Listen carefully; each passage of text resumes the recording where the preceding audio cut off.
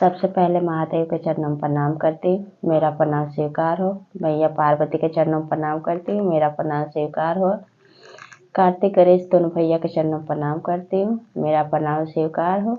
आप सभी गुरु भाई बहन के चरणों में प्रणाम करती हूँ और महादेव से दया मांगती हूँ। हे महादेव, मेरे जितने गुरु भाई बहन हैं उन पे दया कीजिए, सब पे दया कीजिए।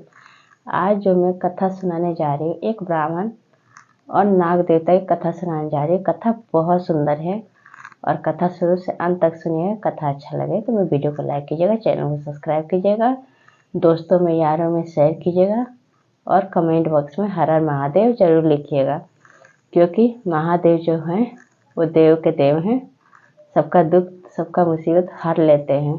तो कथा ज़्यादा से ज़्यादा शेयर कीजिएगा। चलिए अब कथा शुरू करती हूँ।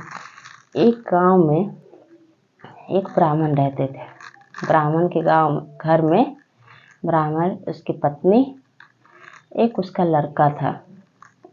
उसके पास जो था तो वो पूजा पाठ ज़्यादा कराते थे। उसके बाद थोड़ा सा खेत था, खेत का भी काम करते, पूजा पाठ भी करते। एक दिन की बात है कि वो अपना 2 बैल लेके खेत पे गए तो जब खेत को जोतने के बाद तो जब थक गए तो थक के वहीं पे एक पेड़ के पास लेट गए। जब सो के उठते हैं, आँख खुलता है तो देखते हैं कि उनके पेड़ के बगल में ही एक बेल का पेड़ है। बेल पत्र होता है ना, उसी का पेड़ है। वहाँ पे पास में जाकर देखते हैं तो कहते हैं कि बेल का पेड़ यहाँ इस जंगल में क्या कर रहा है। फिर देखते हैं कि उसके ऊपर एक नाग देवता बैठे हुए हैं। तो कहते हैं कि नाग देवता है तो नाग देवता का तो पूजा करना चाहिए, कि ये महादेव के गले में रहते हैं, महादेव के प्रिय हैं। तो क्या करते हैं कि जल्दी से जाके इधर उधर से जाके दूसरे गांव से थोड़ा सा दूध लेके आते हैं और ला के वहाँ पे दे देते हैं। नाग देवता क्या करते, पी लेते हैं दूध। अब पी के अब उसी बेल के पेड़ के नीचे एक छोटा सा बिल होता है, उसी में वो क्या करते हैं, दूध पी के और थोड़ी देर बाद उनको एक छोटा सा मरी दे देते हैं। दे के और वो बिल के अंदर चले जाते हैं। वो ब्राह्मण खुश हो जाते हैं और वो लेके चले आते हैं मरी, ला के अपनी पत्नी को देते हैं। अब पत्नी पा के मरी खुश हो जाती है।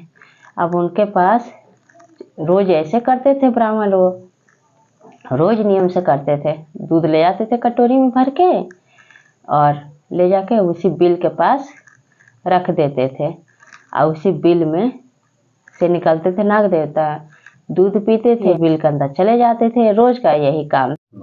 एक दिन की बात है कि ब्राह्मण जो थे उसकी एक लड़की भी थी, तो उसके ससुराल जाना पड़ जाता है 2-3 दिन के लिए।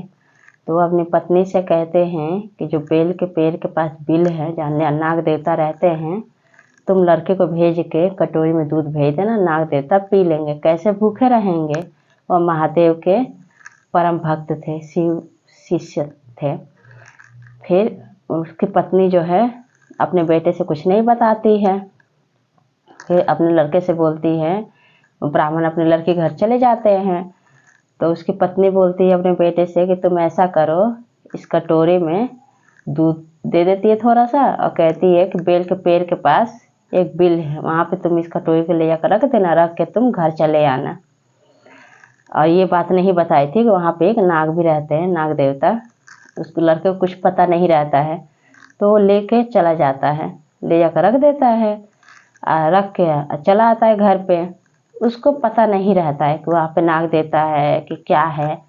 फिर दूसरे दिन भी उसकी पत्नी करती है कि जाओ कटोरी में दूध ले जाके नाग देवता के लिए रख दो, पी लेंगे और उसका तुम चले आना। अब ये देख के रोज 2 दिन 3 दिन जाना पड़ता है। तो उसका लड़का एकदम किलस जाता है, गुस्सा हो जाता है, कहता है कि आखिर इस बिल के अंदर है क्या, मैं देखूँ आज। फिर क्या होता है कि कटोरी में दूध लेके जाता है तो वहाँ बिल के पास रख देता है, रख के पेड़ के पीछे छुप जाता है। छुप के देखता है कि आखिर इसमें है क्या। देखता है कि अपना जो नाग देवता थे निकल के उसमें से दूध पी लिए। और इतना विशाल नाग देवता थे को लड़का देख के डर जाता है। और फिर अगले दिन आता है तो उस टाइम में अपना तरकीब सोचने लगता है कहता है कि अगर पापा आएंगे ऐसे दूध लेकर जाएंगे, अगर पिएगा कहीं मेरे पापा का डस ना ले। फिर अगले दिन फिर उसकी माँ देती है दूध कटोरी में, लेके जाता है और साथ में एक लाठी भी लेके जाता है कि आज इसका काम तमाम कर दूंगा, आज इसको छोड़ूंगा नहीं। फिर क्या होता है कि ले कटोरी का दूध रख देता है तो पेड़ के पीछे छुप जाता है तो नाग देवता निकल के दूध जैसे पीते हैं वैसे वो लड़का ला के लाठी से उसको मार देते हैं। जैसे मारते तो भगवान रहते हैं महादेव का गले में जो लपटाए रहते हैं, तो क्या होता है कि वो तुरंत डस लेते हैं, लड़के के पैर में डस लेते हैं। डस के वहाँ से अंदर ध्यान हो जाते हैं और सांप वहाँ पे दिखते नहीं हैं। तब लड़का खूब तेज चिल्लाया तो गांव के जितने लोग थे सब इकट्ठा हो गए और संजोग से वो ब्राह्मण भी उसी समय अपने लड़के के पास से आ गए। जब आ गए तो उन्होंने तो बताया नहीं था अपने लड़के से कि ही नाग देवता थे जो उनको मरी दिए थे और वो अमीर भी बने थे, तो उसी मरी की वजह से अमीर बने थे लड़के, कुछ पता ही नहीं था। जब गांव के सब लोग इकट्ठा हुए, जब उसकी पत्नी ब्राह्मण जाके देखते हैं, गांव के लोग देखते हैं, तो नाग देवता उसको डस लेते हैं और डसने के बाद वो लड़का वहीं मर जाता है। ब्राह्मण उसकी पत्नी हाय हाय करके रो के बिलख के रह जाते हैं, क्योंकि अब तो जो कहते हैं कि जिस धनुष से तीर निकल जाता है वो वापस नहीं आता है, वैसे जिसका मृत्यु तय है, जो मर जाता है वो जिंदा नहीं होता है। तो इस वजह से उसका लड़का जिंदा नहीं हुआ। भगवान से कितना भी ब्राह्मण उसकी पत्नी को हारते रह गए हैं, महादेव आप मेरे बेटे को जिंदा कर दीजिए, आप मेरे बेटे को जिंदा कर दीजिए। लेकिन महादेव आकाशवाणी करते कैलाश पर्वत से, कहते हैं कि तुम्हारा बेटा गलत किया है, उसने बिना दोषी काम किया है, उसने लाठी चलाया है। गलती अगर कुछ होता नाग देवता का तो मैं मानता भी, मैं जिंदा भी करता, लेकिन दोषी तुम्हारा लड़का है, अब वो मर गया, अब मैं कुछ नहीं कर सकता। इसलिए कहते हैं गुरु भाई बहन, ज़्यादा लालच बुरी बला होती है, ज़्यादा लालच नहीं करना चाहिए।